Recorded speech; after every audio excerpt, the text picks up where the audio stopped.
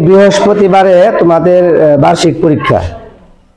তার আগে গণিতের কিছু গুরুত্বপূর্ণ অঙ্ক তোমাদের করে দিব। এগুলো পরীক্ষার মধ্যে আসার মতো বা সৃজনশীল আকারে থাকার মতো সম্ভাবনা আছে। এই অঙ্কগুলো গুরুত্ব দেওয়া বোর্ডে দেখবা, ভালো করে বুঝে নিবা। তারপরে এক নাম্বার একটা অঙ্ক হলো এই 7.2 এর অনুশীলনী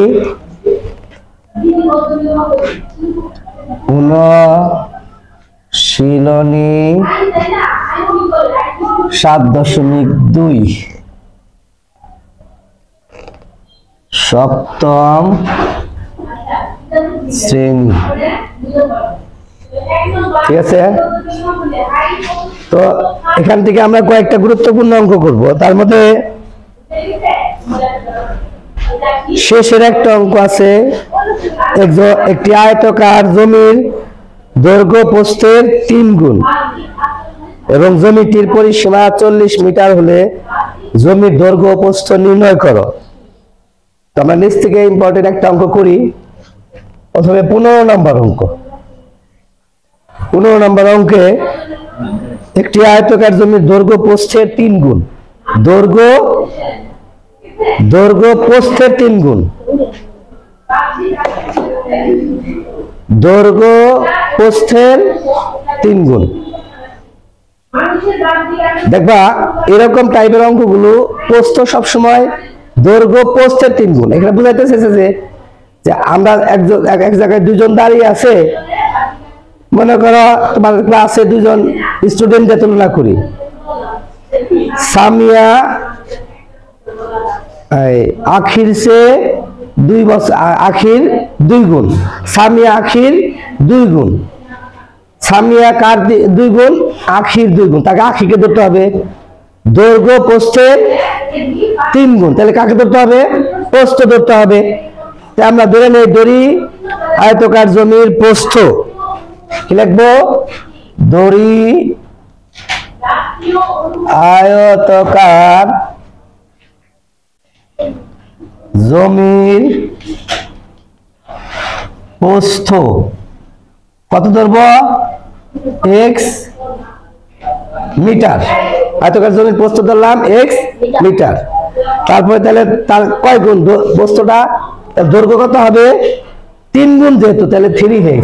তাহলে আয়তকার জমির দৈর্ঘ্য হবে 3x মিটার।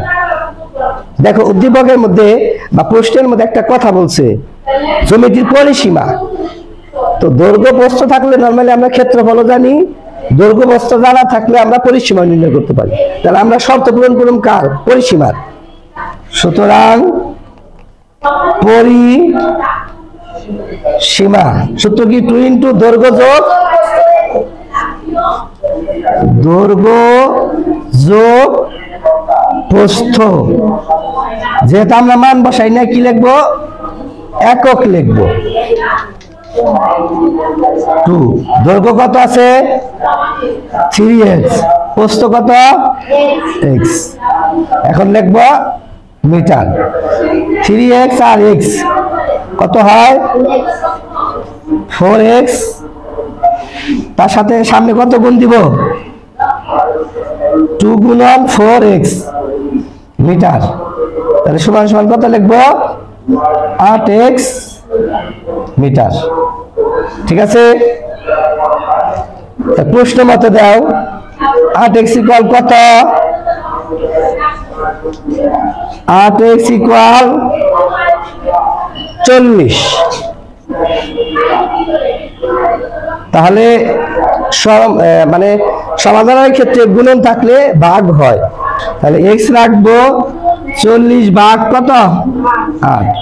সুতরাং x ইকুয়াল 5। x বের হইলো, মানে কি বেরোইলো? আমার প্রস্থ বের হইলো। কিন্তু আমাকে দুটাই বের করতে বলছে, জমির দৈর্ঘ্য কত, প্রস্থ কত। তাহলে আমরা প্রথমে লিখবো, সুতরাং জমির প্রস্থ বেড়েছে, তাই না? জমির প্রস্থ হলো 5 মিটার। দৈর্ঘ্য তাহলে জমির দৈর্ঘ্য তাহলে 3 গুণ, তাহলে তার 3 গুণন 5 3 5 15 মিটার। এটা একটা কাজ করতে পারতা, উপরে তুমি 3x লেখা নিতে পারতা, লেখা নিলেও হতো, না নিলেও হতো। তাহলে কি হলো, আয়তকার জমির দৈর্ঘ্য বেরোলো 15 আর প্রস্থ কত 5, 15 আর 5 কত 20, গুণন কত 2, 20 দুগুণে কত হয় 40। এই যে পরিসীমা 40 মিলে গেল গা, মিলে যাবো গা। এখন দৈর্ঘ্য প্রস্থ যদি এখানে যদি মানটা চেঞ্জ হইতো তাহলে কিন্তু পরিসীমাতে 40 আছে, এটা কিন্তু মিলতো না। ঠিক আছে, এটা খেয়াল করবা। আমরা আরেকটা অঙ্ক করব, এটা কয় নাম্বার গেল 15। আমরা করব এখন 10 নাম্বার অঙ্ক।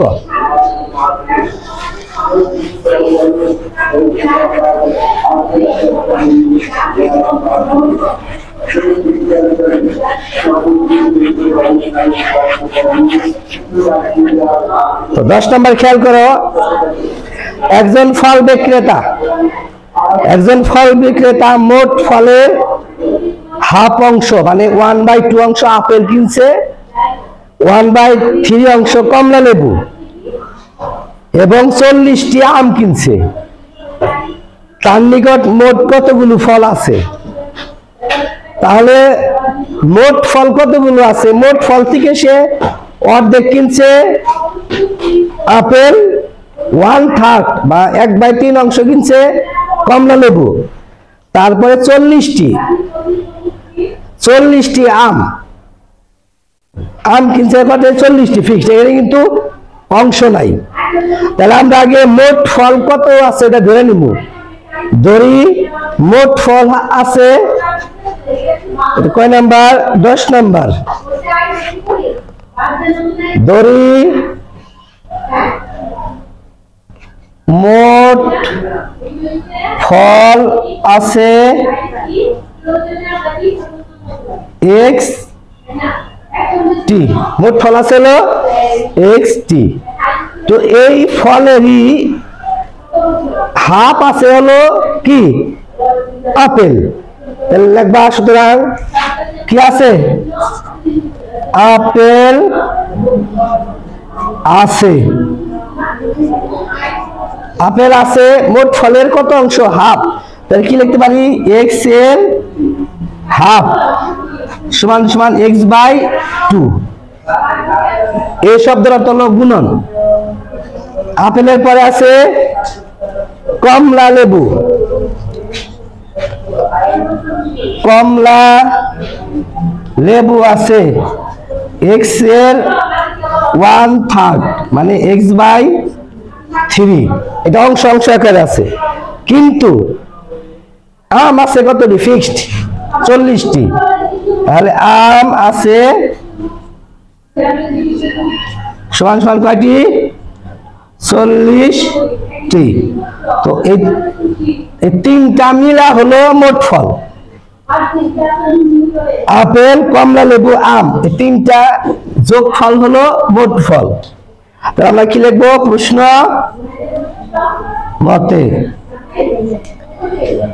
মতে লেখা প্রথমে হলো মোট ফল লিখবো কত x, মোট ফল সমান সমান এই তিনটা। তাহলে এগুলো লিখে দেই x/2 যোগ x/3 যোগ 40 ইকুয়াল x, মোট ফল। মানে এই তিনটার যোগ ফল হলো মোট ফল, তিনটা মিলাই তো x। তাহলে এখানে আমার কি করতে হবে লসাগু, 3 দুগুণে 6 লসাগু। ভগ্নাংশ থাকলে কি করতে হয় লসাগু করতে হয়। কেন 3 দুগুণে 6 লিখলাম, কারণ 3 এবং 2 দুইটাই কি সংখ্যা মৌলিক সংখ্যা। মৌলিক সংখ্যা থাকলে লসাগু ডাইরেক্ট গুণ করতে হয়, 2টা 6 এ ভাগ করো ফল হতো কত 3। লসাগুর নিয়ম কি লসাগুরে হর দ্বারা ভাগ, যে ফল হবে লবের সাথে গুণন, 2টা 6 এ ভাগ করো 3, 3 আর x 3x, 3টা 6 এ ভাগ করো কত হবে 2, 2 আর x 2x। আর কোন সংখ্যা একা থাকলে একা আছে না 40, তার নিচে মনে মনে 1 আছে, 1 দা যদি 6 এর ভাগ করে 6 হবে, 6 তারপরে ডাইরেক্ট গুণ করতে হবে। তাহলে তোমাদের টেকনিক্যালি হলো কোন সংখ্যা একা থাকলে ডাইরেক্ট লসাগুর সাথে গুণ করতে হয়। 40 আর 6 গুণ করলে কত হয়? 240। বুঝতে পারছো বিষয়টা? এখন আমাদের এত ইকুয়াল কত? x। এখন আমরা কি করব? আর গুণন। আর গুণনে কি করব? এটার নিচে মনে মনে কত আছে?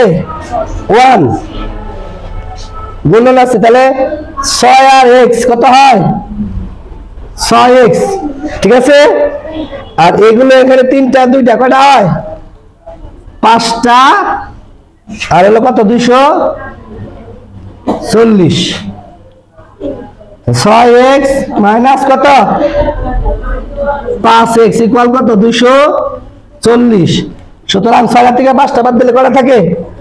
একটা। 240। তাহলে সর্বসাকুল্যে মোট ফল কয়টা ছিল? 240টি। ঠিক আছে? তাহলে আমরা মোট ফল x ধরছিলাম 240টি। এটাই হলো অ্যান্সার।